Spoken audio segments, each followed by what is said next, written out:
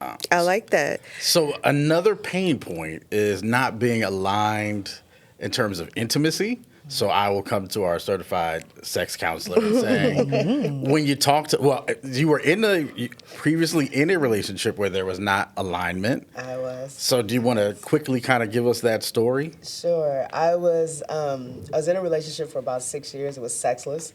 And Oh, sexless gosh, is no. defined as having sex 10 or fewer times per year. So, like, it doesn't have to be no sex, but it's not once a month, let's put it that way, at a minimum.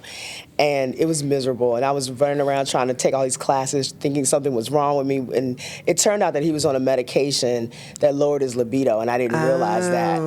And so That's way low. It was way low, like so. Like non-existent. But that goes It's with like the honesty non-existent. thing. Yeah, it goes with the Or honesty did thing. he even not realize? I don't think he didn't realize that that was a side effect of the Gotcha. medication, Gotcha. and I had not even considered it.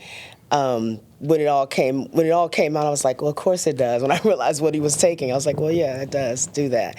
So, so it led me to, as I was trying to find all these classes and figure out what everything was, I ended up going back to school and becoming a sex counselor. I was like, well, That'll I've learned do a it. lot. I should help other people. And in talking about it, I found out there were a lot of women that were actually in sexless relationships but weren't talking about it. They don't talk about it the way men talk about it.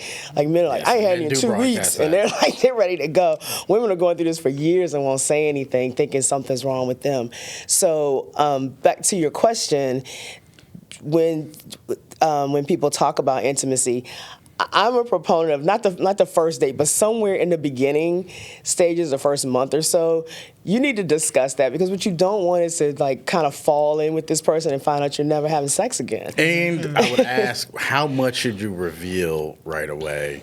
Like if you got kinks or weird things, should you just put it all on the table? Should you bring your impact toy to the third dinner, or like is that something that you lay on your person? I wouldn't do that on a third date, but Well, I mean, I'm just. but honestly, I think you should do it sooner rather than later. Right. Because if you do have some kink that, and you know you're not going to be satisfied in a relationship, then you need to put that out there. And the person may be like, yeah, me too. Or the person like, I need to go.